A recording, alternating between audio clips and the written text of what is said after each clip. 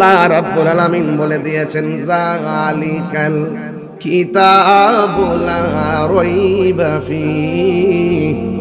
এই কোরআনটা হলো এমন একটা গ্রন্থ যে গ্রন্থের মধ্যে যারা পরিমাণ কোনো সন্দেহ নাই। এই কোরআনের ভিতরে কোনো সন্দেহ আছে তাইলে আমার যে আয়াতটা বেঁধে দিয়েছেন ওই আয়াতের মধ্যে কোনো সন্দেহ আছে। যদি কেউ বলে কোরআনের জেরে সন্দেহ আছে তার ঈমান আসেনি। কোরআনটা কি নবীর কালাম না আল্লাহর কালাম? এ বন্ধুরে, নবীর কথায় হাকিকতে আমার আল্লাহর কথা। কারণ নবী হলো আল্লাহ দেখার আয়না, নবী হলো আল্লাহর সাক্ষী। কথা বলেন ঠিক কিনা?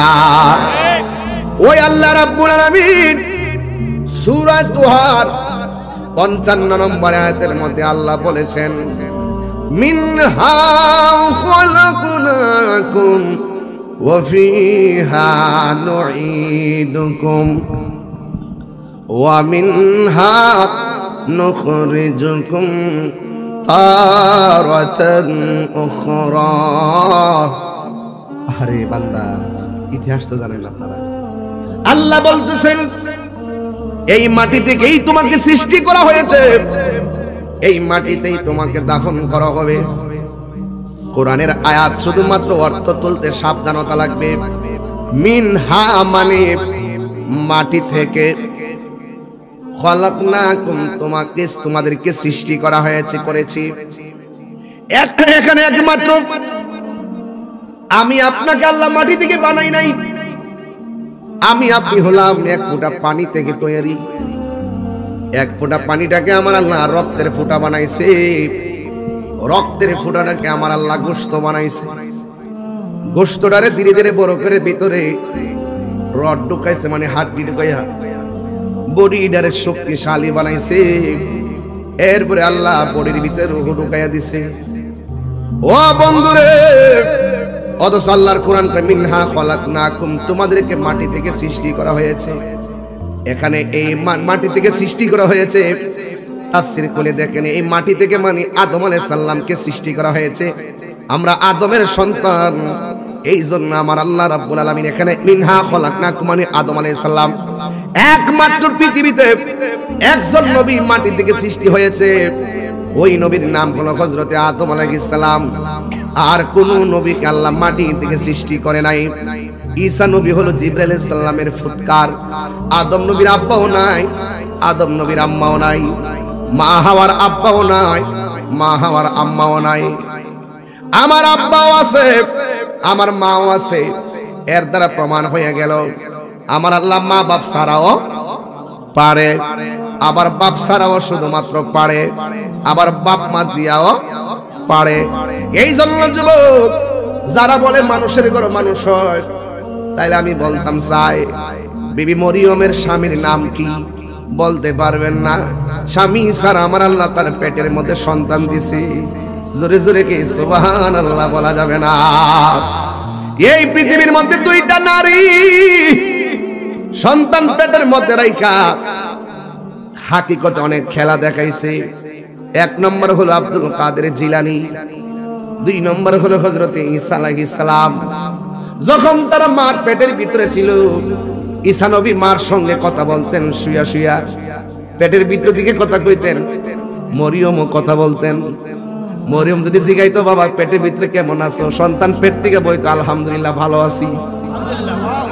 আর একটা সন্তান মা যখন হাসি দিতেন, পেটের ভিতর থেকে হাসির জবাব দিতেন।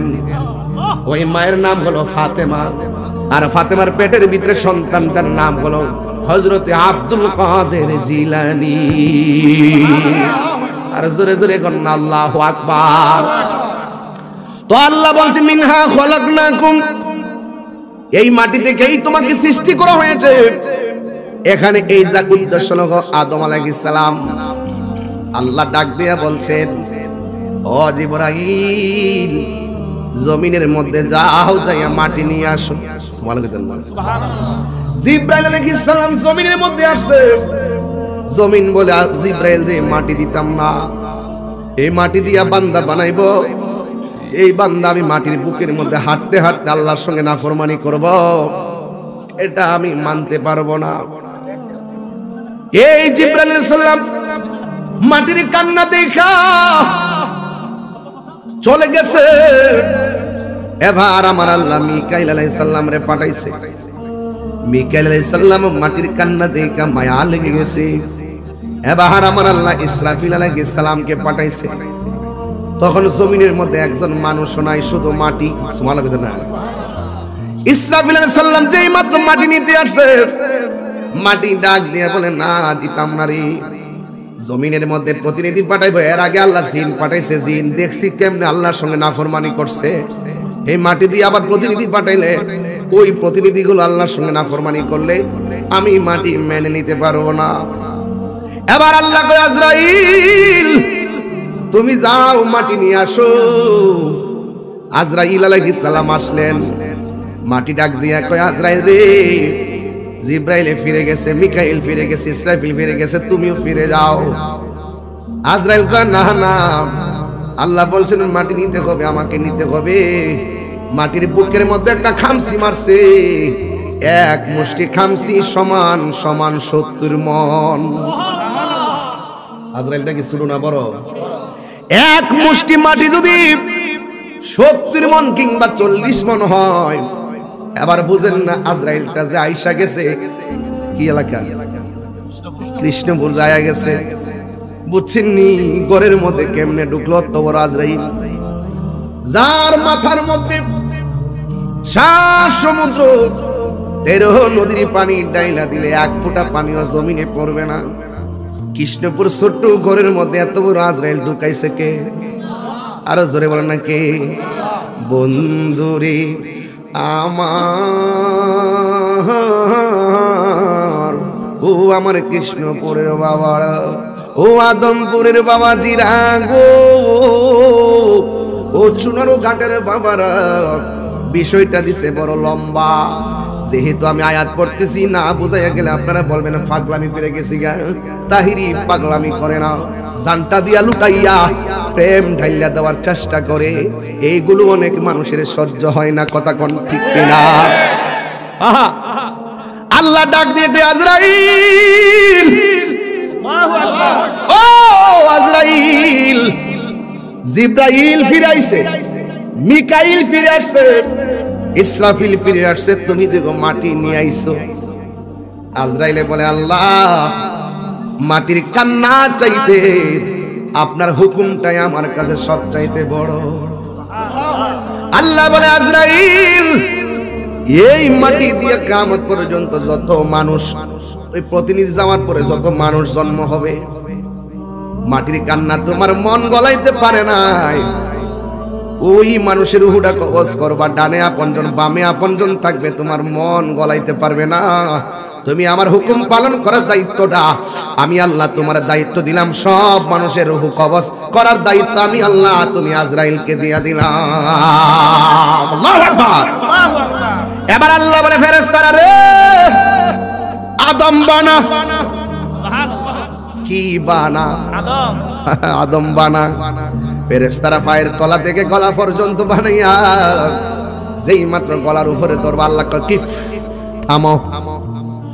নিচের দিকে গলা পর্যন্ত তোমরা বানাইছো, নকশাটা বানাইছো, আর আমি আল্লাহ বান্দার গলা থেকে চেহারাটা আমি আল্লাহ নিজের হাত দিয়া বানাবো।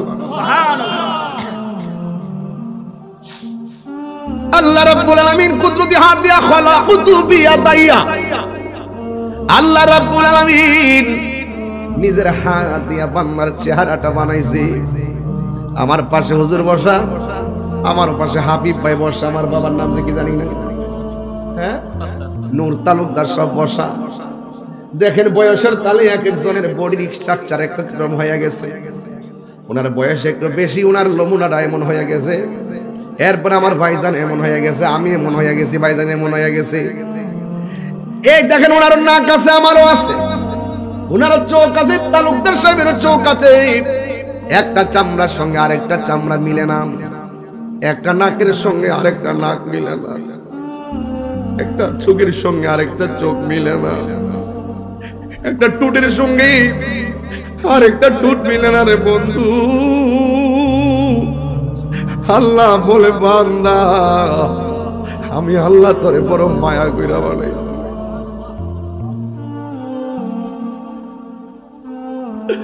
বড় মায়া কইরা তোরে বানাইছি।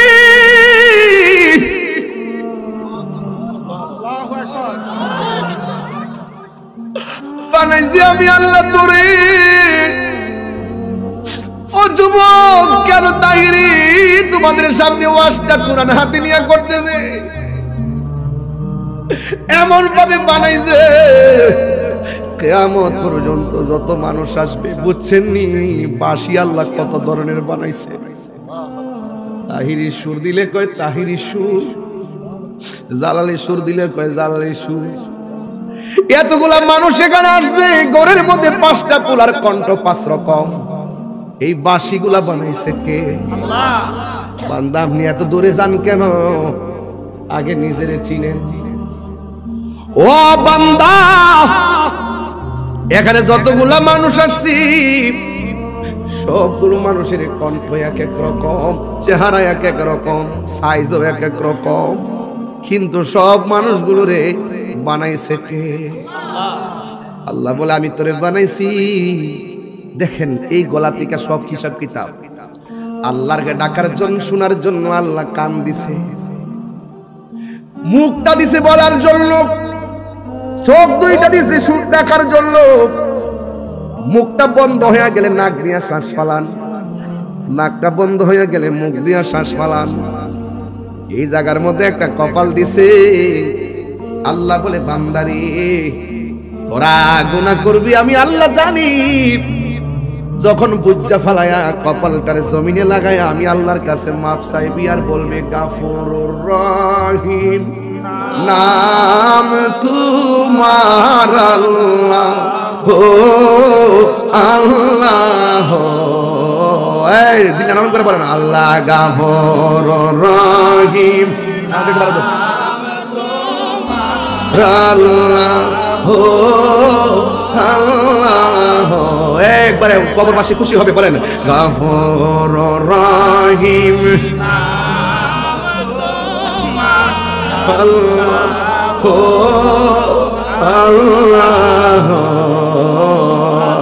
বন্ধু নাই রে, বান্ধব না রে, যেই জায়গা কন্যা আল্লাহ, আও দিলটা নরম করে কন্যা আল্লাহ। ওরে বন্ধু নাই রে, বান্ধব ওই আল্লাহ আদম বানাইছে, সেই আদমকে আমার আল্লাহ দুনিয়া পাঠাইছে। এত বড় ঘটনা বলতাম না। এমন একটা জায়গায় যেতে হবে, আমরা সামনে কিছু নাই, শুধু বাকি আছে কবর। কথা গণবাজান ঠিক কিনা? আল্লাহ বলে ফিহা নুঈদুকুম, অতঃপর তোমাদেরকে ঘরের মধ্যে ঢুকতে হবে। যে ঘরের নাম কি বিল্ডিং না কবর? আর বড় করে বলুন না, বিল্ডিং না কবর? বন্ধুরে আমার বেশি লম্বা চড়া করবো না রে বাবা। নিজের চোখে বহুত লাশ দেখেছি, নিজের হাত দিয়ে অনেক লাশ দোয়াইছি, নিজে বহুত জানাজার ইমামতি করছি। আল্লাহ আমাদেরকে দুনিয়াতে টেন্ডারবাজির জন্য পাঠাই নাই, মারামারির জন্য পাঠাই নাই। কেন আল্লাহ আদমরে পাঠাইছে? কেন শীষে পাঠাইছে? নূহ নবীরে পাঠাইছে? কেন আল্লাহ ববের বাজার সাজাইছে?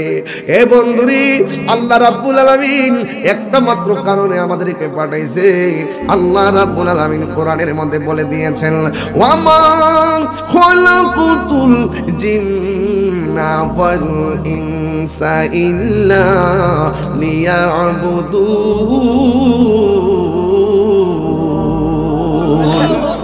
আল্লাহ বলেন আমি মানুষ এবং জিন জাতিকে সৃষ্টি করেছি একমাত্র আমি আল্লাহর গোলামি করার জন্য। আমার আল্লাহর গোলামি করার জন্য মানুষ এবং জিন জাতি পাঠাইছে। এ বন্ধুরে, দুনিয়ার মধ্যে আমরা এসেছি আমার মার গর্ভে আমি ছিলাম, আপনি আপনার মার গর্ভের মধ্যে ছিলেন, সেখান থেকে আমরা দুনিয়ার জমিনে এসেছি, ওয়া ওয়া বলে কেঁদেছি। দেখবেন শতকরা 100 জন সন্তান দুনিয়াতে আসার সময় মুঠ কইরা আসে, মুঠ কইরা, কিন্তু যাওয়ার সময় মুঠ দুইটা খুললা দুনিয়া থেকে বিদায় হয়ে যায়। বিদায় হওয়ার আগে জীবনে কত জামা গায়ে লাগাইলাম, দেখবেন সব জামার মধ্যে শুধুমাত্র পকেট আর পকেট, কিন্তু সেলাই আর সেলাই, কিন্তু জীবনের শেষ জামাটার মধ্যে কোনো পকেট থাকে না রে বাবা। এর মানে বোঝা গেল আসছি খালি যাইমো খালি, আইসি ন্যাংটা যামো ন্যাংটা, হাসরের ময়দানে উঠবো ন্যাংটা। কথা বলেন ঠিক কিনা? এ বন্ধুরে, এই দুনিয়ার মধ্যে আপনি এসেছেন, আল্লাহ রাব্বুল আলামিন বলে দিয়েছেন, কাইফা তাকফুরুনা বিল্লাহি ওয়া কুনতুম আমওয়াতান ফাআহইয়াকুম সুম্মা ইউমীতুকুম সুম্মা ইউহয়ীকুম সুম্মা ইলাইহি তুরজাউন।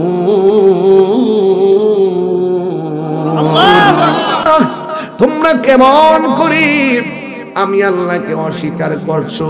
তুমি ছিলা মুর্দা, তুমি ছিলা মুর্দা, মুর্দারে জিন্দা বানাইছে কে?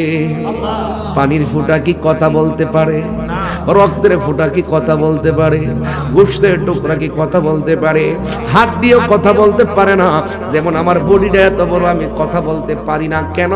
আমার ভিতরে রুহু নাই, রুহু আছে, বাস কণ্ঠ বের হয়ে যাবে। কথা বলেন ঠিক কিনা?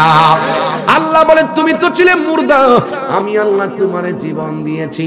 জীবন দেওয়ার পরে কেউ এমপি, জীবন দেওয়ার পরে কেউ মন্ত্রী, জীবন দেওয়ার পরে কেউ চেয়ারম্যান, জীবন দেওয়ার পরে কেউ পিসাব, জীবন দেওয়ার পরে কেউ ইমাম সাহেব, জীবন দেওয়ার পরে কেউ ভক্তা, জীবন দেওয়ার পরে কেউ ব্যবসায়ী, জীবন দেওয়ার পরে কেউ ওসি, জীবন দেওয়ার পরে কেউ ডিসি। আমার আল্লাহ বলেন আমি আল্লাহ জীবন দেওয়ার পরে তুই টিনের ঘরের মালিক, জীবন পাইছি কেউ টিনের ঘরের মালিক, জীবন পাইছি কেউ বিল্ডিং ঘরের মালিক, জীবন পাইছি কেউ বস্তির মালিক, জীবন পাইছি কেউ ভাঙ্গা ঘরের মালিক। আল্লাহ বলে তোরে আমি যাই বানাইছি, আমি আল্লাহ তোরে ক্ষমতা দেই, আমি আল্লাহ তোর কাছ থেকে ক্ষমতা ছিনায় নেব। আমি আল্লাহ যারে করি ক্ষমতা দান করি, যার কাছ থেকে ইচ্ছা আমি ক্ষমতা ছিনায় নেই। ও বান্দারে, তোমার আমার কোনো বাহাদুরি নাই, জবানটা খুলে বলে যাই অর্জন করেছি দেওয়ার মালিককে। আরে আমি তাহিরি কণ্ঠ দিয়ে কি অহংকার করব? জীবনে বহুত কণ্ঠওয়ালা দেখছি, এখন আর কথা বলতে পারে না। অনেক কণ্ঠশিল্পী দেখছি, ওই দেখছেন কয়েকদিন আগে পাগল হাসান নামে একজন গান গাইতো, দেখেন রোড অ্যাক্সিডেন্টে মইরা গেছে। কত কণ্ঠ, কত হুজুর। নোমান উসমানী সেমান সুন্নি জামাতের বিশাল বড় আলেম, তিনি রোড অ্যাক্সিডেন্টে মারা গেছে। ও বন্ধু রে, নিঃশ্বাসের কোনো বিশ্বাস নাই। এই মুহূর্তে আমাদের মরণ হতে পারে কি পারে না? এই মুহূর্তে মরণ হতে পারে কি পারে না? এই মরণটা কি সাধারণ নাকি রে বাবা? আল্লাহ বলে বান্দা আমি আল্লাহ তোরে যা দিয়েছি সব কিছু আমি আল্লাহ একটা থাবা দিয়া স্টপ করে দিব। ওই থাবার নাম হলো মৃত্যু। মরণ হয়ে গেছে, আমাকে আর তাহির হিসাব বলবে না, আমার ঘরে বলবে লাশ, বাহিরে বলবে লাশ। লাশের পানি আন, লাশের খাট আন, লাশের কাফন আন, লাশের দর, লাশের নামা। মরহুমের লাশ ঈদগায় এসে গেছে, তাহির হিসাব ঈদগায় আসছে, সেকেন্ডের ভিতরে সব পদবি শেষ হয়ে সব শেষ হয়ে যাবে। এই জন্য আমি বলেছি ফুলের সৌরভ, মানুষের গৌরব চিরদিন থাকে না। আমার মরণের কতদিন বাকি আমি জানিলাম না গো, আমার হিরণের কতদিন বাকি, আমার মরণের কতদিন আমি জানিলাম না গো আল্লাহ, মরণের কতদিন বাকি। আর আজরাইলা শিয়া যখন হস্তে দিবা ধরি, আজরাইলা শিয়া যখন হস্তে দিবা ধরি, তখন আমার মনা ভাই করবা লুকালুকি আমি জানিলাম না গো আল্লাহ, মরণের কতদিন বাকি, আমার মরণের কতদিন বাকি। আমি জানিলাম না গো আল্লাহ মরণের কত দিন বাকি, আর 40 দিনের আগে বাইরে মৌতের নিশানি। 40 দিনের আগে বাইরে মৌতের নিশানি, জমদূতে বা ইন্দানি চোখে বিয়ায়ান দিয়ে আমি জানিলাম না গো আল্লাহ মরণের কত দিন বাকি, বলুন মরণের জানিলাম না গো আল্লাহ মরণের কত দিন বাকি, আর হায়াত হইল হাতে বাইরে মত হইল পায়ে, হায়াত হইল হাতে বাইরে মত হইল পায়ে, যেই জায়গা যার মরণ লেখা সেই জায়গা সে মরে, আমি জানিলাম না গো আল্লাহ মরণের কত দিন বাকি, আমার মরণের আমি জানি ও আল্লাহ মরণের কত দিন বাকি, বলুন মরণের আমি জানিলাম না গো আল্লাহ মরণের কত দিন বাকি। কষ্ট হচ্ছে আপনাদের? এই মুহূর্তে মরণ হতে পারে কি পারে না? এই সবাই নিঃশ্বাসের কোনো বিশ্বাস? হায়াতের মালিককে আর বড় করে বলুন হায়াতের মালিককে। ও আব্বুরে কি বুঝাইতাম, আমার আব্বা যখন অসুস্থ হয়েছে কোথায় জানেননি? নাসিরউদ্দিন শিপাশালার মাজার জিয়ারতে আইসা অসুস্থ হওয়ার পরে সোনারগড় জরুরি ভাবে নিছে, আমি হসপিটালে আইছি স্বাস্থ্য সেবা। এখান থেকে বাড়িতে নেওয়ার পরে একদম ভালো, ওখানে যাওয়ার পরে বাবারে মাহফিলে বাড়িতে রাইখা মাহফিলে গেছি, হঠাৎ করে পায়ে ফুল নিয়ে কই অসুস্থ, আমি ইমার্জেন্সি অ্যাম্বুলেন্স পাঠায় ঢাকায় রওনা দেওয়াইছি। গাউসিয়ার কাছে গেল, আমার আব্বা দুনিয়া থেকে বিদায় হয়ে গেল। অ্যাম্বুলেন্সটার 1 ইঞ্চিও ফাঁক নাই, বাতাস ঢুকতে পারে না গাড়ির ভিতরে, ধুলাবালি ঢুকতে পারে না, ডানে বন্ধ বামে বন্ধ নিচে বন্ধ উপরে বন্ধ, কোন দিক দিয়ে বাতাস ঢুকতে পারে না। এত বড় আজরাইল কেমনে রুহটারে সার্জারি করলো, যারা পরিমাণ টের পেল না। রংমহলে থাকবার বন্ধু পালঙ্কে শুইয়া, কোন সন্ধানে মনচুর আডুকিবে আসিয়া। রংমহলে থাকবার বন্ধু পালঙ্কে শুইয়া, কোন সন্ধানে আজরাইল ঢুকিবে আসিয়া। দুয়ারে প্রহরী থইয়া প্রবেশ করলো কেমনে, দুয়ারে প্রহরী থইয়া প্রবেশ করলো কেমনে। আর কি দেখা হবে রে কৃষ্ণপুরবাসী জীবনে, মায়া নিদন হারাইলাম ঘুমের ঘরে স্বপনে, মায়া নিদন হারা ঘুমের ঘরে স্বপনে। আর কি দেখা হবে লসই জীবনে, জোরে জোরে কি আল্লাহু আকবার বলা যাবে না? কষ্ট হচ্ছে বাজার, একদম টু দা পয়েন্ট টাচ কথা হবে। আমি শুরুতেই বলছি আয়াতটা বড় হৃদয় বিদারক। এই আয়াতটা কিন্তু সূরা তোহার 55 নম্বর আয়াতে। ও বন্ধুরে, সূরা তোহার 55 নম্বর আয়াতে মিনহা খলাকনাকুম, এখানে আমি ওয়াজ চলতেছে। আল্লাহ আমরারে বানাইছে, মায়া কইরা বানাইছে, সেই মায়ার বান্দারে চিরদিনের জন্য নিয়ে যাইব। আমার আল্লাহ বলবেন জানিয়া। এই জন্য আমার যুবক ভাইয়ের আল্লাহ কয় আমি একটা থাবা দিব, সুম্মা ইউমিতুকুম, মরণের থাবা। এই থাবাটা মাটির নিচেও দিতে পারি, এই থাবাটা আসমানের উপরে দিতে পারি। দেখবেন জমিন থেকে যখন হেলিকপ্টারটা উপর দিয়ে উঠে, বিমানটা যখন দেশ থেকে বিদেশ যায়, ওঠার সময় পাইলটে সুন্দর করে দোয়া করে, আল্লাহ আল্লাহ ভরসা করে উপরে উঠে। ওখানে যাওয়ার পরে আল্লাহ ছাড়া কোনো উপায় নাই। ও বন্ধু, আমার নবী, আপনার নবী বলতেছেন মরণ বড় কঠিন। আমি যখন মেরাজের মধ্যে গেলাম, আল্লাহ আমারে অনেক আযাব দেখাইছে। আযাব দেখার মধ্যে একটা আযাব দেখছি, দুজুখের ভিতরে বেশিরভাগ মহিলারা। নবীরে জিজ্ঞাসা করলো, নবী গো, দুজুখের মধ্যে মহিলারা কেন বেশি? আমার নবী বলেন দুইটা কারণে মহিলারা বেশি। এক নম্বর, ওরা বেশি বেশি লানত দেয়। দুই নম্বর কারণ নাশুকুর। রাসূলুল্লাহকে প্রশ্ন করে, নবী গো, তাহলে মহিলারা জাহান্নাম থেকে বাঁচার উপায় কি? আমার নবী বলেন তারা যেন বেশি বেশি দান সদকা করে।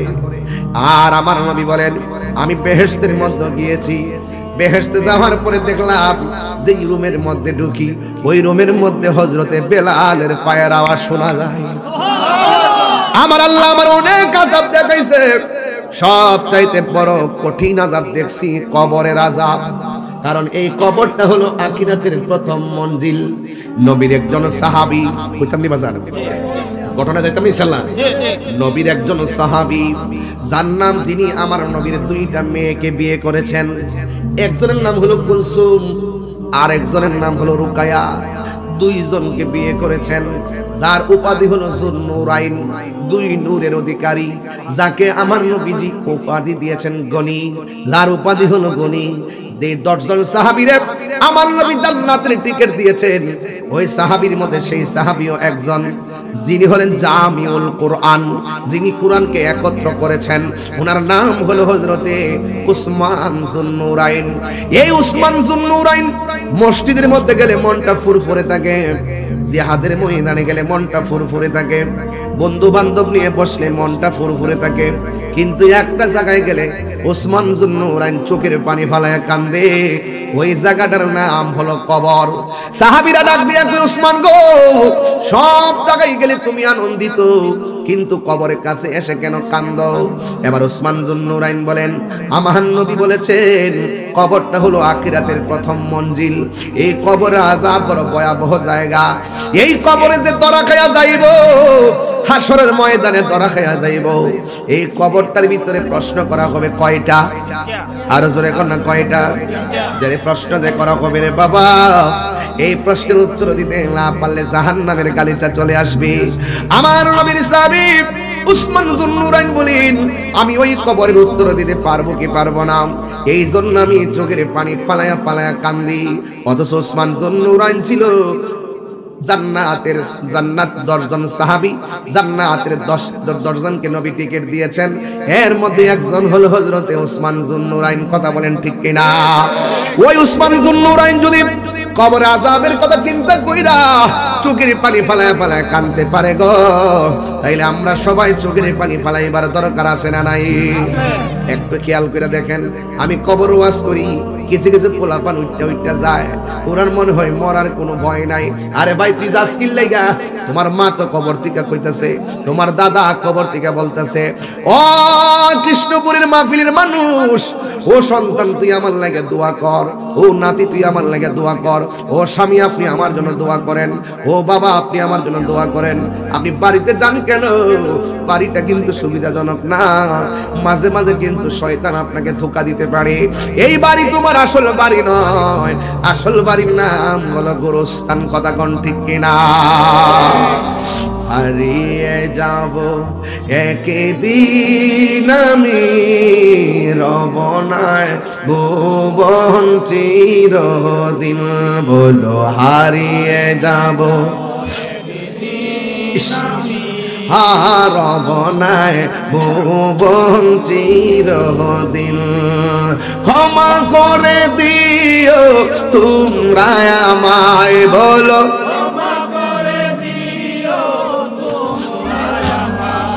আহা ভুল করি থাকি যদি কোনো দিন, হারিয়ে যাব একদিন আমি, রবনায় ভুবন চিরদিন। বাঁশি বাগানে বা গোরস্থানে, চাদর দিছেন গায়ের মধ্যে, এই বেটা গায়ে চাদর লাগাইছি শীত করে, আর 3টা পাতলা কাপড় দিয়ে বাপটারে শোয়াই দিয়েছি 5 বছর আগে। বাসাজারের বাস পাইকা রয়েছে। আজকে আমি যখন দিনের বেলা মাহফিল করছি উসমানীনগর, শেরপুর, হাজার হাজার মানুষ। আসার সময় পিটোজের পাশপাতায় রেস্টুরেন্ট আছে না, ঢুকছি বাহুবল, সাইদির পাশপাতার সিনারি, এই বাঁশ গাছগুলা দিকটা ভিতরে চিপ মারছে।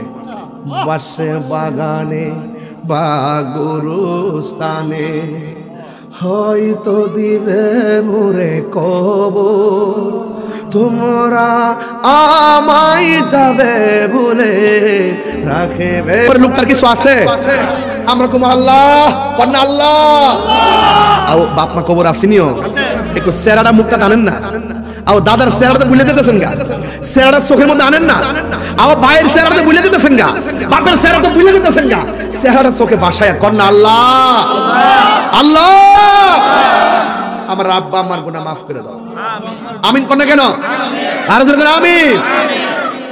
এখন আরেকটা কথাটা যে উঠছিলাম, আমরা কি বলি চলাফেরা করছে, যদি কোনো ভুল বেয়াদবি করে থাকে মাফ করে দিবেন। এটাকে আমরা যে লাশ হে ক নাকি গার্জিয়ান ক, তা আমরা কি এখন মরছি কেউ? তাহলে একজন আরেকজনের কাছে মরবার আগে ক্ষমা চাইলে অসুবিধা দিব?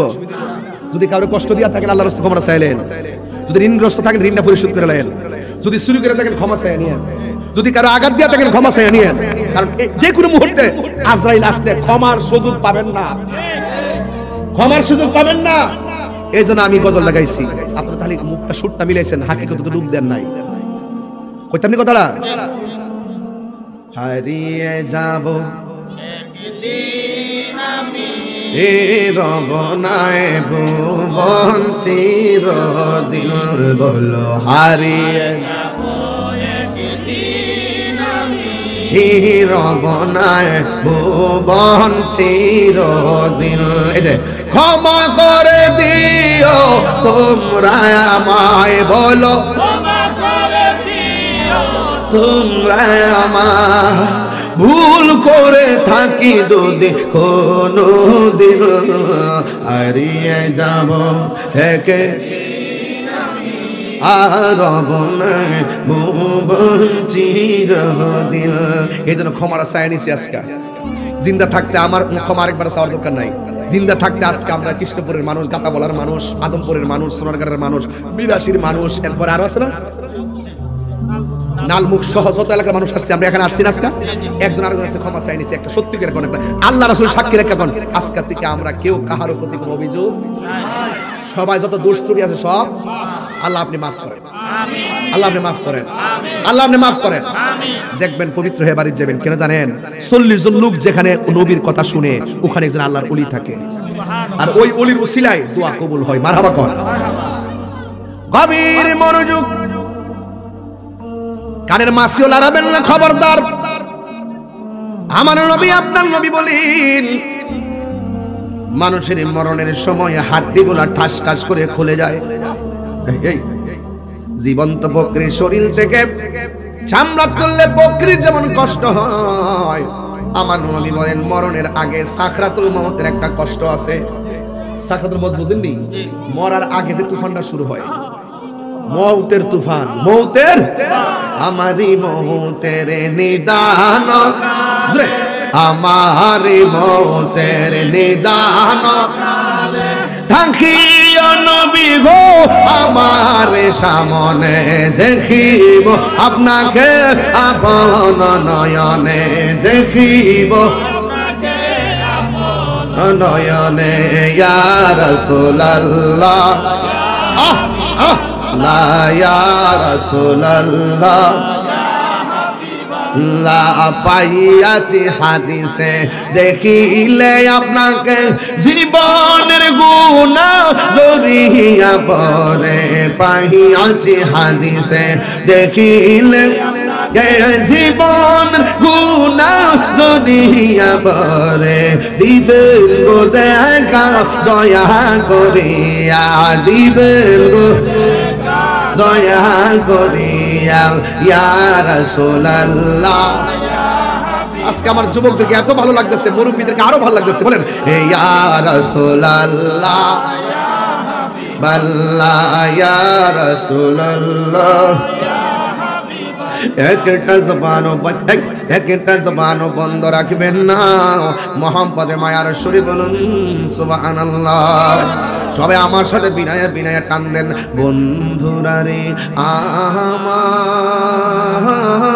আমার, ও আমার কৃষ্ণপুরের বাবার, আমার নবী আপনার নবী। ভাই আজরাইলটা যে ছোট না বড়? আরো জোরে বলেন। এত বড় আজরাইল ঘরের দরজার সামনে যখন দাঁড়াইব, আজরাইলটা জীবনে দেখি নাই, অপরিচিত এত বিশাল দেহের অধিকারী দরজার মধ্যে ভয়ঙ্কর সুরত নিয়ে দাঁড়াবে।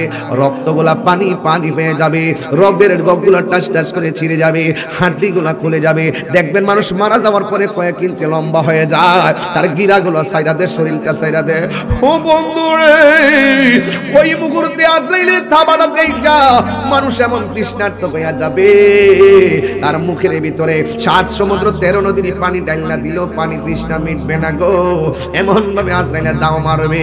বন্ধুরে, ওই মুহূর্তে যখন রূহটা কেড়ে নিয়ে যাবে, কিছু কিছু মানুষ পায়খানা করে বিছানা বাসায়া দিবে, কিছু কিছু মানুষ চোখ দুইটা উল্টাইয়া দিবে, কিছু কিছু মানুষ জিহ্বাটায় কামড় মারবে, কিছু কিছু মানুষ একেবারে টুডের মধ্যে কামড় মারব। নবী বলে উম্মত, এই মরণের লক্ষণটা বেশি ভালো না। যার মরণের পরে চেহারাটা হলুদ বর্ণ হয়ে যায়, যে মারা যাওয়ার পরে কপালটা ঘেমে যায়, মনে রাখবা তার মরণের সময় আমি নবীর সঙ্গে দিদারের মাধ্যমে মরণ হয়েছে। ওই নবী আমরা দেখতে চাই কি চাই না?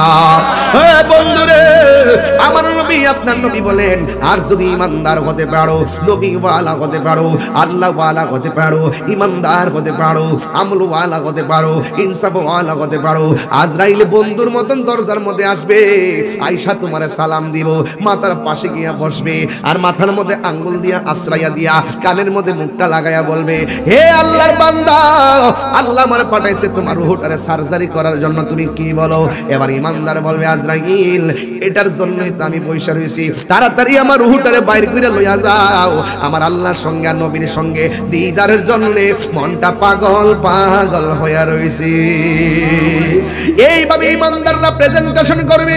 বাস রূহ চলে গেছে, এবার গাতা বলা হোক আর সোনার গঠ হোক, সাদা কাপড় আনবে না লাল কাপড় আনবে?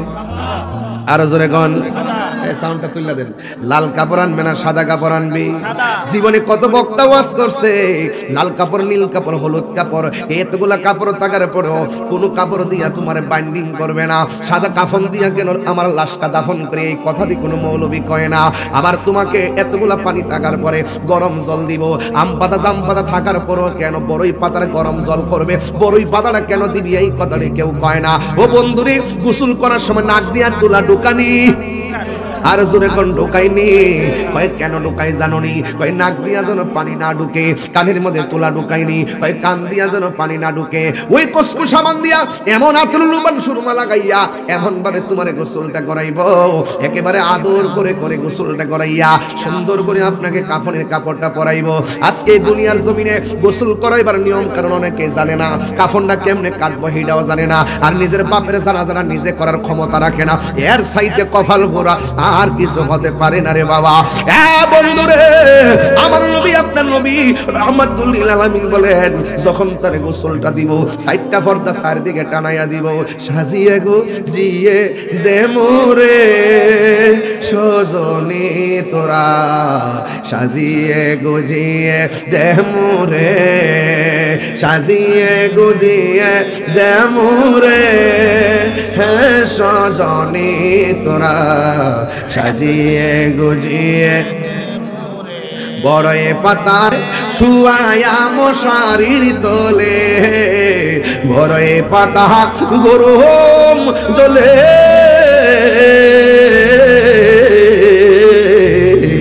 বড়ই পাতা গরম জলে শুয়ায়া মশারির তোলে হাতর গোলাপ সুরমা লাগাই দে সজনে তোরা সাজিয়ে রে একটা জবান বন্ধ রাখবেন না মোহাম্মদে মায়ার সুরে বলুন না সুবহানাল্লাহ ওই মুহূর্তে ফেরেশতারা গোসলখানার ভিতরে হাজির হয়ে যাবে সুবহানাল্লাহ করে গেলে ওই ফেরেশতারা ডাক দিয়ে বলবে হে আল্লাহর বান্দা তোমাকে তো এখন আসল বাড়িতে নিয়ে যাওয়া হবে তুমি বলো না তোমার কবরের আপন কে হবে এবার ফেরেশতাদের কথা মোতাবেক ওই বেঈমান হলে সে বলবে যারা আমারে গোসল করাইতেছে তারাই আমার আপন হবে চারজন যখন কান্দের মধ্যে লইব এবার ফেরেশতা জিগাইব তোমার আপন কে হবে সে বলবে যারা আমারে কান্দে লইছে তারা কবরে আপন হবে আবার যখন তাদেরকে জানাজার ময়দানে নেওয়া হবে ওই ময়দানে বলবে তোমার কবরের ভিতরে আপন কে হবে সে বলবে যারা আমার জানাজার নামাজ পড়াইতেছে তারাই আমার আপন হবে আবার যখন জন্মের মতো কবরের মধ্যে নামায়া দিব গো জিজ্ঞাসা করবি কে তোমার কবরে আপন হবে সে বলবে আমার কবরে যেই দুইজন নামছে এরাই হবে আমার কবরের আপন এবার দুইজন যখন ওইটা যাইব বাসগুলা যখন বিছায়া দিব উপর দিক দা যখন সাটাইটা দিব মিনহা খলাকনাকুম ওয়াফিহা নুঈদুকুম বলে মাটি দিবে ওয়া মিনহা নুখরিজুকুম বলে মাটি দিবে এইভাবে মাটি দিয়া যখন কবর অন্ধকার কইরা ফেলাইব ডানে মাটি বামে মাটি উপরে মাটি নিচে মাটি পায়ের তলায় মাটি মাথার উপরে মাটি এরপরে ফেরেশতারা জিগাইব এখন তোমার কবরে আপন কে তখন বলবে গো আল্লাহ ঘরের মধ্যে কাঁদলো আমার কবরে কেউ আইলো না আমার যে জানাজা দিল আমার কবরে কেউ আইলো না আমার গোসল দেওয়া কান্দে লইল আমার কবরে কেউ আইলো না আমার কবরস্থানে নামায়া এরা কেমনে বেঈমানের মতো চলে গেল হাইরে নিষ্ঠুর পৃথিবী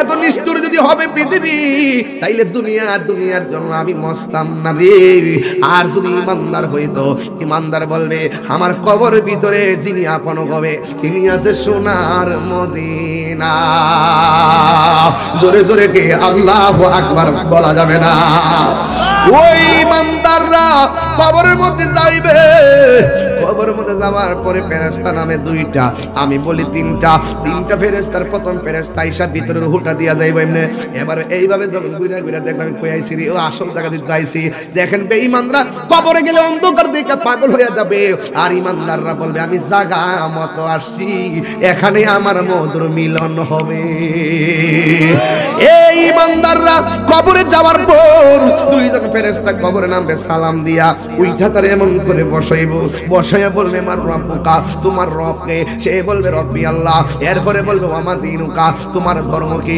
সে বলবে দীনি আল ইসলাম আমার ধর্ম হলো ইসলাম এরপরে বলবো ওয়ামা কুনতা তাকুলু ফি হক্কে হাজার রাজুল এই লোকটা যে আসে তিনি সম্পর্কে তুমি কি জানতে এবার সে বলবে তিনি হলো আমার রাহমাতুল লিল আলামিন যিনি হলো আমার আল্লাহর সাক্ষী যার কারণে আমরা আল্লাহরে চিনেছি তিনি হলো রাহমাতুল লিল আলামিন আমাদের নবী এই কথা যেই মাত্র বলবে ওই কবরের ফেরেশতার আঙ্গুল দিয়ে দেখবে তাকায়া দেখবে জাহান্নামের আগুন দাউ দাউ করে জ্বলতেছে ইমানদারে বলবে হে ফেরেশতারা আমি তো তোমাদের তিনটা প্রশ্নের উত্তর দিয়েছি আমার সামনে কেন জাহান্নামের আগুন দেখা যায় ওই ফেরেশতারা বলবে ও আল্লাহর বান্দা যদি তুমি আজকে উত্তর দিতে না পারতা ওই জাহান্নামটা যে বরাদ্দ ছিল এটা তোমারে দেখাইলাম এবার আল্লাহ ডাক দিয়ে বলে ফেরেশতারা রে আমার পাগলের সাথে পাগলামি করিস না তাড়াতাড়ি জান্নাতের ভিতরে যা জান্নাতের ভিতর দিকে যাইয়া আমার পাগলার জন্য জান্নাতের গালি চাই না নিচে বিছায়া দাও যেই মাত্র নিচের মধ্যে গালিচা বিছায়া দিব ওই জায়গার মধ্যে সে ঘুমায়া যাবে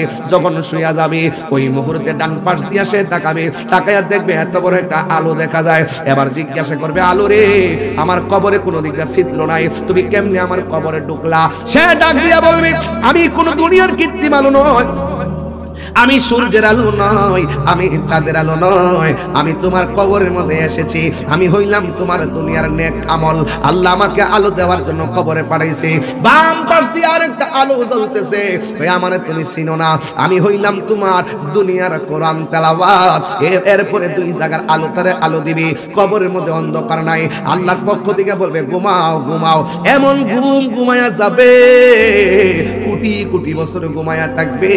একমাত্র ইসরাফিলের সিংহা ফু দেওয়ার সময় ওই মুহূর্তে তার ঘুমটা ভাঙবে। এরপরে সে কি বলবে জানেননি? এই মাত্র ঘুমাইলাম, ক্যাডারে আমার ঘুমটা ভাঙছে, চিন্তা করছেননি?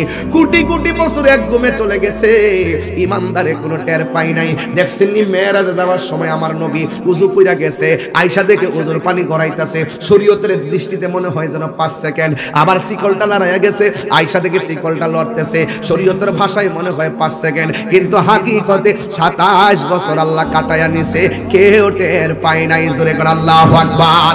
ওই কবরের ভিতরে বেঈমানদের জন্য মনে হবে একটা দিন মানে অনেক বছরের মতো, কিন্তু ইমানদাররা এক ঘুমের মধ্যে যখন কাটাইয়া দিবে, আল্লাহ বলতেছেন ওয়া মিনহা নুখরিজুকুম তারাতান উখরা। এই কবরের মধ্যে ইমানদার হোক বেঈমান হোক, একদিন ইসরাফিলের সিংহা ফু দিলে ও আখরাজাতিল আরদু আসকালাহা। এই আয়াতের তাফসীরের মধ্যে মুফাসসিরিন کرام বলতেছেন জমিন তার বোঝাগুলো বের করবে। এক তাফসীর লেখছেন স্বর্ণের বোঝা বের করবে, কয়লার বোঝা বের করবে, খনির বোঝা বের করবে। আরেক তাফসীরের মধ্যে লিখেছেন এখানে বোঝা মানে হলো কবরের লাশগুলো, নিচের লাশগুলো তারা উপরে উঠে যাবে। একটা ময়দানের দিকে সবাই হাঁকিয়ে যাবে, ওই ময়দানের নাম হলো হাসরের ময়দান। অনেকে মনে করে হাসরের মাঠটা মনে আসমানের উপরে, কেডা কইছে আসমানের উপরে? আপনি জানেন না, হাসরের মাঠটা হলো শাম অথবা সিরিয়ার মধ্যে, ওই জায়গার মধ্যে হাসরের মাঠ হবে। এই মাঠটা একদম তামার মাঠ হবে। ওই মাঠের উপরে আমরা উলঙ্গ অবস্থায় একজন একজন করে যাব। আগুনে যে পুরাইছে আগুন থেকে বের হয়ে যাবে, পানির মধ্যে যে ডুবতা মারা গেছে পানি থেকে বের হবে, কবরে যে ঢুকছে কবর থেকে বের হবে। এমন ভাবে তারা বের হয়ে ওই মাঠের মধ্যে যাবে। মাথার 8 বিঘা উপরে সূর্যটা থাকবে, নিচে হলো তামার মাটি, আর মাথার উপরে হলো সূর্য। ওই যখন তামার মাটি আর সূর্যের মিশ্রণে ওখানে যাবে, মাথার 8 বিঘা উপরে সূর্য থাকবে। আল্লাহ বলতেছেন ওয়া মিনহা নুখরিজুকুম তারাতান উখরা। তোমাদেরকে কবর থেকে বের করে হাসরের ময়দানে নেওয়া হবে। উখরা মানে হলো শেষ বিচারের দিন, আখিরাত মানে মৃত্যুর পরিবর্তে জীবন। উখরা মানে হলো শেষ দিবসের দিন। আয়েশা সিদ্দিকা ডাক দিয়া কয় নবী গো, উলঙ্গ অবস্থায় একটা ময়দানে গেলে তাইলে একজন আরেকজনের দেখবো। আমার নবী বলে আয়েশা না না, একজন আরেকজনের দেখবে না রে, কবর থেকে উঠানোর সময় গাটটা বাঁকা কইরা দিব, মাথার 8 বিঘা উপরে সূর্যটা থাকবো, মাথার খুলিটা সেকেন্ডে উইরা যাইব। কেউ গিরা পানিতে সাঁতার কাটবে, কেউ হাঁটু পানিতে সাঁতার কাটবে, কেউ কোমর পানিতে সাঁতার কাটবে, কেউ গলা পানিতে সাঁতার কাটবে। যার গুনাহ যেমন তার শরীর থেকে পানি ঝরব তেমন। ঠিক এই পানিটা কেমন জানেননি? দুনিয়ার আগুনটা যত গরম, এর চাইতে 70 গুণ গরম হলো সেই পানিটা। ওই পানির মধ্যে পা দিয়া দাঁড়ায়া থাকবো 100 বছর, 50,000 বছর দাঁড়ায়া থাকবো। একদিন না, 2 দিন না, ওই দিনগুলো আমাদের দিনের মতন না। 50,000 বছর দাঁড়ায়া থাকবে, মাথার উপরে সূর্য থাকবে। এমন কোন নবী নাই আল্লাহরে বলবে আল্লাহ বিচার কাজটা শুরু করো। একমাত্র একজন আল্লাহরে বলবে আল্লাহ বিচার কাজটা শুরু করো। যার কথার দ্বারা হাসরের ময়দানে বিচার কাজ শুরু হবে তিনি হলো রহমাতুল লিল আলামিন। ওই ময়দানে দাঁড়ায় থাকবে। এবার দেখেন পোল্ট্রি মুরগি মেশিনের ভিতরে দিলে যেমন করে পাখনাগুলো খুলে যায়, গরম পানির মধ্যে হাঁসটা ফেললে যেমন করে পাখাগুলো খুলে যায়, এমন ভাবে বডির গোশতগুলো হাড্ডি থেকে আলাদা হয়ে যাবে, কঙ্কাল হয়ে দাঁড়ায় যাবেন। মার সামনে দিয়ে ছেলে যাবে, সন্তানকে পরিচয় দিবে না, মা সন্তানের পরিচয় দিবে না। সবার জবানে একটা মাত্র স্লোগান নাফসি নাফসি নাফসি বলে কাঁদবে। এবার আল্লাহর কাছে এক শ্রেণীর বান্দারা বলবে আল্লাহ আমরা তো আযাব সহ্য হয় না, ওইলি ইয়েস অথবা নট, দুজকে দাও না জাহান্নামে দাও, এই গরম পানি আর সহ্য হয় না। আল্লাহ ডাক দিয়ে কয় ফেরেশতারা এই বান্দা আমলনামা নিতে চায়, তার বাম হাতটারে বুকের ভিতরে ঢুকাইয়া দিবে, ওই পিছন দিকটা বের করে, পিছন দিকটা বের করবে, বলবে আল্লাহ গরম পানির মধ্যে তারা করে রাখছো, পেটের ভিতর দিকে হাতটা ঢুকাইয়া দিছো, তুমি আমার আমলনামা দাও, পিছন দিক দিয়ে আমলনামা দিব। এবার বান্দার বলবো আল্লাহ কষ্ট করে হাত ঢুকাইছে অসুবিধা নাই, কিন্তু আমি তো মুখ দিয়ে চোখে দেখি না। আল্লাহ বলে ফেরেশতারে গাটটার বাইঙ্গা পিছন দিতে গাটটা ঘুরাইয়া দে, গাটটার বাইঙ্গা দিব, পিছন দিকে তাকিয়ে দেখবো হাতের মধ্যে জান্নাতের টিকিট না, হাতের মধ্যে জাহান্নামের টিকিট দিয়ে দিছে। এমন ভাবে হাসরের মাঠটা ভয়াবহ হয়ে যাবে রে, হাসরের মাঠটা ভয়াবহ হয়ে যাবে। ও বন্ধু, এমন ভাবে যার জারিয়া নাফসি বলে কাঁদবি। আমার নবী আপনার নবী বলেন হাসরের ময়দানে 7 প্রকারের মানুষকে আমার আল্লাহ আরশে আজিমের নিচে ছায়া দিবে। এর মধ্যে 1 নম্বর হলো আদেল, মানে হলো ন্যায় বিচারক। 2 নম্বর হলো দানশীল ব্যক্তি। আজকে যে মাহফিলে দান করেছেন, আপনি মনে করবেন না আপনার লস হয়েছে, আপনি কিন্তু হাসরের মাঠে স্থান পেয়ে গেছেন। আমার নবী বলেন যারা দান করবে, দানশীল ব্যক্তিগুলোকে আমার আল্লাহ আরশে আজিমের নিচে ছায়া দিয়ে দিবে। 3 নম্বর হলো যে এই ছেলেটা আজান শুনলে ঘরে মন বসে না, আজান শুনলে বাজারে মন বসে না, মসজিদে যাইবার লাগা পাগল হয়ে যায়। যে এই ছেলেটা ওই জিকির শুনলে পাগল হয়ে যায়, নামাজের জন্য দিবানা হয়ে যায়। আমার দেশে এমন কিছু মুরব্বী আছে, ফজর আজান দিলে আর ঘুমায় না, কম্বলটা ঢিল মাইরা ফালাইয়া শালটা গায়ের মধ্যে দিয়া কুশকুনির পানি দিয়া উজু কইরা তেত্তরায় হাইটটা মসজিদে চইলা যায়। চাচি জিগাই এখন জান কয় মসজিদে যাই, কয় কেন? কয় মসজিদে গিয়া বইয়া থাকলে মনে বড় শান্তি লাগে, এমন ভাবে মসজিদে চলে যায়। আমার নবী বলে ও পৃথিবীর মানুষ, যারা মসজিদের প্রতি যার মনটা ঝুঁকে আছে, ঘর ভালো লাগে না, মসজিদ ভালো লাগে, বাজার ভালো লাগে না, মসজিদ ভালো লাগে, এই মানুষটির জন্য আমার আল্লাহ নিজে আরশে আজিমের ছায়া দিবে। এরপরে 4 নম্বর গুণটা জানেননি? 4 নম্বর হলো যৌবনকালে যার ইবাদত বেশি, ও যুবকের দল পায়ের মধ্যে বইলা দিয়া যায়। এই সময়টা বড় দামি। মুরব্বী বয়সে ভালো করে সিজদা করতে পারে না, রুকু করতে পারে না, শরীরটা দুর্বল হয়ে যায়। এই মুহূর্তে তোমরা যারা সুন্দর করে রুকু সিজদা করবা, আমার নবী আপনার নবী বলেন এই সমস্ত মানুষের জন্য আমার আল্লাহ রাব্বুল আলামিন আরশে আজিমের ছায়া দিয়ে দিবে। এই হলো 4 নম্বর। 5 নম্বর কি জানেননি? ওই যারা গুনার সুযোগ আছে, গুনাহ করে না।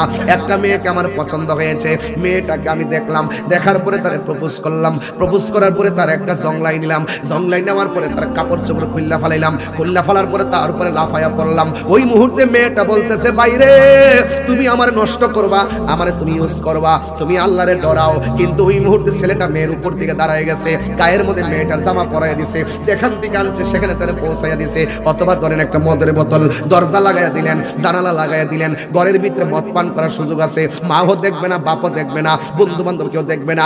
মদের বোতলটা খুললা ডাইরেক্ট মদটা খাইতে গেছেন, হঠাৎ করে মনে হয়ে গেছে আমার আল্লাহ তো আমারে দেখতেছে, আমি কেমনে মদটা পান করবো। এই চিন্তা ভাবনা করে যারা গুনার কাজ ছাইরা দেয়, যে আল্লাহ দেখতেছে, জিনার কাজ ছাইরা দেয় আল্লাহ দেখতেছে, মদের কাজ ছাইরা দেয় আল্লাহ দেখতেছে, চুরির কাজ ছাইরা দেয় আল্লাহ দেখতেছে।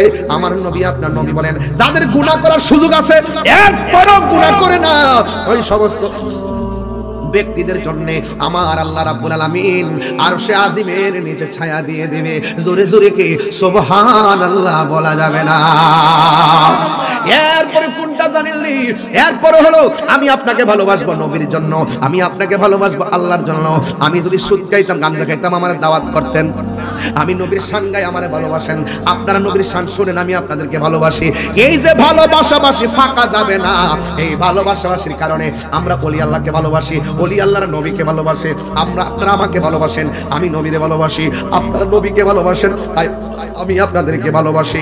এই যে আমার নবী বলেন আল্লাহর জন্য যারা একজন আরেকজনকে ভালোবাসে, নবীর জন্য একজন আরেকজনকে ভালোবাসে, আমার আল্লাহ তাদের জন্য আরশে আজিমের নিচে ছায়া দান করে দিবে। চিৎকার মেরে গে আল্লাহু আকবার বলা যাবে না? তাইলে হাসরের ময়দানে সব নবীগণ নাফসি নাফসি বলে কাঁদবে, একজন মাত্র পয়গম্বর উম্মতি উম্মতি বলে কাঁদবেন। আমার নবী আপনার নবী আল্লাহর ডাক দিয়ে বলবে আল্লাহ এই সমস্ত বান্দাগুলা কেডা গো যাদের গায়ের মধ্যে জাহান্নামের শিকল ফেসায় রাখছো, একদিকটা গরম পানি, বডির মধ্যে জাহান্নামের শিকল, কারণটা কি? আল্লাহ ডাক দিয়া বলবে ও বন্ধু এরা কারা জানেননি? এরা হলো দুনিয়ার মধ্যে ওই সমস্ত বান্দা যারা মা বাবার মনে করে ফায়ের মধ্যে বইরা বইলা দিয়া যায়। তাহিরিরে যদি 1 মিনিটের জন্য ভালোবাসা থাকেন, মাঝে মাঝে মুরব্বী আব্বারা বইয়া রয়েছে, পুত্রে ওই বাপেরে কোনোদিন কষ্ট দিয়েন না, ওই বাপেরে কষ্ট দিয়েন না। কষ্ট যদি দিবেন দুনিয়া তো দরা খাইবেন, আখিরাতেও দরা খাইয়া যাবেন। আমি কিন্তু কোনো মাহফিলে এত লম্বা আলোচনা করি না, আমি কিন্তু কোনো মাহফিলে এত টাইম ওয়াজ করি না। আমি একবার বলছি, আমার বিষয় দিয়েছেন 3টা। একটা হলো কেমনে সৃষ্টি হইলো, আরেকটা হলো কেমনে কবরে যাইবো, আরেকটা হলো কেমনে হাসর উঠবো। এই 3টা আয়াতের আলোকে যদি বুঝাইয়া দিয়া না যায়, তাহলে বুঝবেন যে আমি আয়াত বুঝি নাই। এই জন্য বাজান বোঝাইয়া দিয়ে গেলাম, আমরা হাসরের ময়দানে উঠবো, আমার নবী ছাড়া কোনো উপায় নাই। আমার নবী সুপারিশ করার ক্ষমতা আছে না নাই? এখন বলেন হুজুর আমরা নামাজ পড়ে রোজা করে যাবো ডাইরেক্ট, নবীর কাম লাগতো না। ওরে বাটপার বলে কি নবীর কাম বলে লাগতো না? নামাজ যে পড়ছেন কবুল হয়েছে কিনা জানেননি? কয় না। রোজা যে রাখছেন কবুল হয়েছে কিনা জানেননি? কয় না। হজ যে করছেন কবুল হয়েছে কিনা জানেননি? কয় না। যাকাত যে দিয়েছেন কবুল হয়েছে কিনা জানেননি? কয় না। জিকির যে করছেন কবুল হয়েছে কিনা জানেননি? কয় না। এখন এত আমল কইরা হাসরের ময়দানে যদি উঠেন, আল্লাহ যদি কও তুই নামাজে দাঁড়াইছস মনা ছিল বিল, আমি আল্লাহ জানি, তাইলে তোর নামাজ আমি কবুল করি নাই, তাইলে আমরা আল্লাহর দরবারে কি জবাব দিব? এই জন্য বলছি আমল নাই, আখলাক নাই, কিন্তু আমাদের অন্তরে নবীর মহব্বত আছে না নাই? আর জোরে কল না আছে না নাই? এই জন্য আমি সুরে সুরে বইলা দিয়া যাই, নাই কোনো বন্ধুগণ, নাই দহরদি নাই, কঠিন দিনে আমার নবীজি বিনে। নাই কোনো বন্ধুগণ, নাই দহরদি নাই, কঠিন দিনে আমার নবীজি বিনে। রোজ হাসর কঠিন দিনে রাব্বুল আলামিন ওয়াহিদুল কাহার বলিয়া সাজিবেন হাকিম, থাকিবে না দয়া মায়া স্নেহ মমতা, কেউ হবে না কারো জন্য যাবিন দাতা। হায় হায় হাহাকারে কইরা যাবে ধনী, পিপাসাই ফাটিবে ছাতি, মগজ গলে পানি, কান্দিয়া জানাই কান্দিতে থাকিবে সেদিন আদমের আওলাদ, কান্দিয়া জানাইব তারা তাদের ফরিয়াদ। জোরে জোরে কি আল্লাহু আকবার বলা যাবে না? ওই দিন ওই দিন ওই দিন ওই দিন আরে কান্দে নবী, ইয়া উম্মতি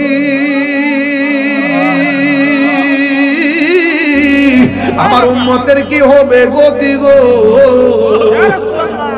আরে কান্দে নবী, ইয়া উম্মতি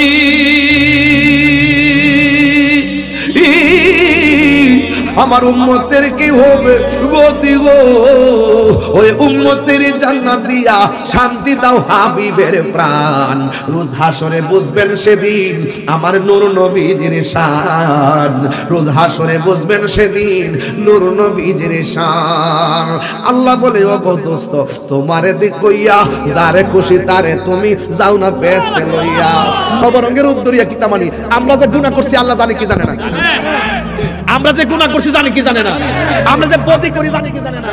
আমরা বেহেশতি না দুজকি আল্লাহ জানে কি না? মিজানের ফাল্লা ওজন করব কোনটা হালকা কোনটা ভারী জানে কি জানে না? কে দুজকি কে বেহেশতি জানে কি জানে না? এরপরে মিজানের ফাল্লা টানাইবো কি লাগা? দরকার কি ছিল? ডাইরেক্ট কইতে এই যা দুজকে যা, এই বেহেশতে যা, এত কাহিনী কি লাগা?